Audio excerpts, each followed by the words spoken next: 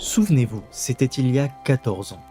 Ginfrix annonçait à Gonfrix que le monde tel qu'il le connaissait n'était qu'une toute petite partie du globe, en nous présentant pour la première fois le Dark Continent, terre maudite abritant les monstres les plus terrifiants et les plus puissants de l'univers de Hunter x Hunter.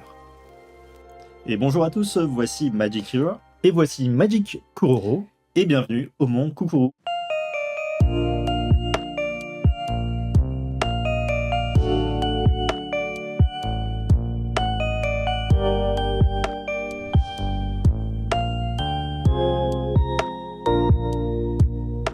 Nous, cela fait plus de 25 ans qu'on lit Hunter x Hunter. Vous n'étiez pas nés pour la plupart. Et les premières vidéos, qui sont à présent retirées de YouTube, datent de mars 2012. Nous avons débuté notre aventure au chapitre 338, avec la première annonce d'un nouveau continent qui se trouverait au-delà du monde des humains.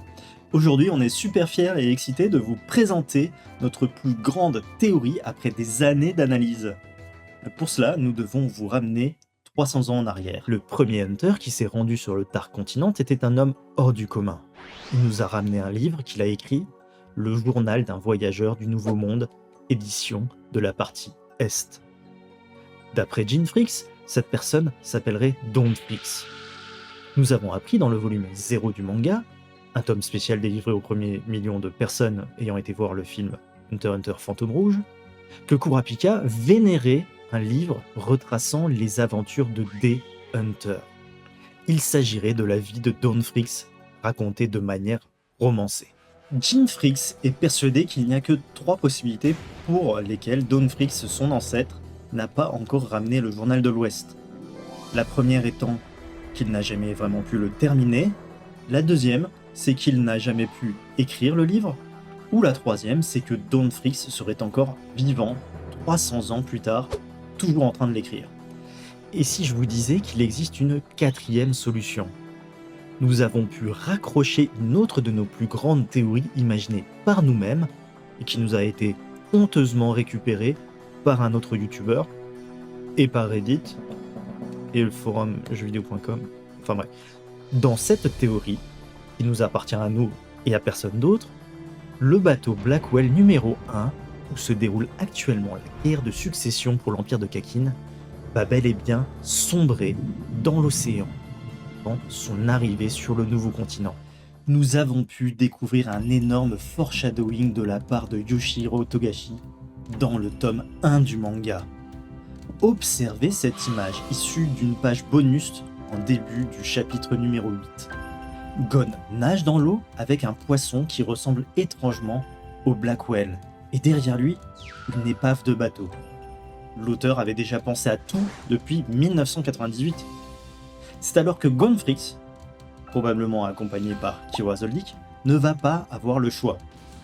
Pour sauver ses amis Kurapika, Leolio Paladinite, Biscuit Kruger, Hanzo, Senritsu, Basho, mais aussi Hisoka Moro, Urmi Zoldyck, Karuto Zoldyck, et les 12 Zodiacs, Misai Storm Nana, Chidori Yorkshire, Motobai Gigante. Gonfrix sera obligé de remonter le temps pour parcourir le Dark Continent afin de découvrir un moyen d'éviter cette catastrophe. Brigade aussi.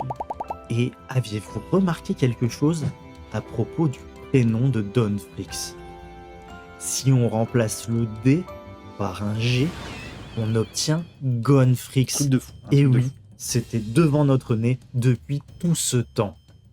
En réalité, ce qu'il va se passer, c'est que Gonfrix va être renvoyé 300 ans en arrière afin de terminer le livre de l'Ouest, et ainsi prévenir ses amis des dangers qu'ils trouveront sur leur route. Après tout, nous avons pu déjà voir que le naine pouvait prédire le futur, alors quoi de plus normal qu'il puisse aussi envoyer des gens dans le passé. Mais actuellement, seul un pouvoir ultime permet cela. La double personnalité d'Haruka Zoldyck en est capable. Gon sera transporté dans le passé grâce à la toute-puissance de la capacité de naine de spécialisation de Nanika, en association avec la forme de vie gazeuse, la calamité Ai. C'était en fait Gonfrix qui parcourait les terres sauvages et inexplorées du Dark Continent. Comment? Pourquoi? Eh bien, il se trouve que nous aurons toutes les explications dans exactement 138 chapitres. Regardez bien.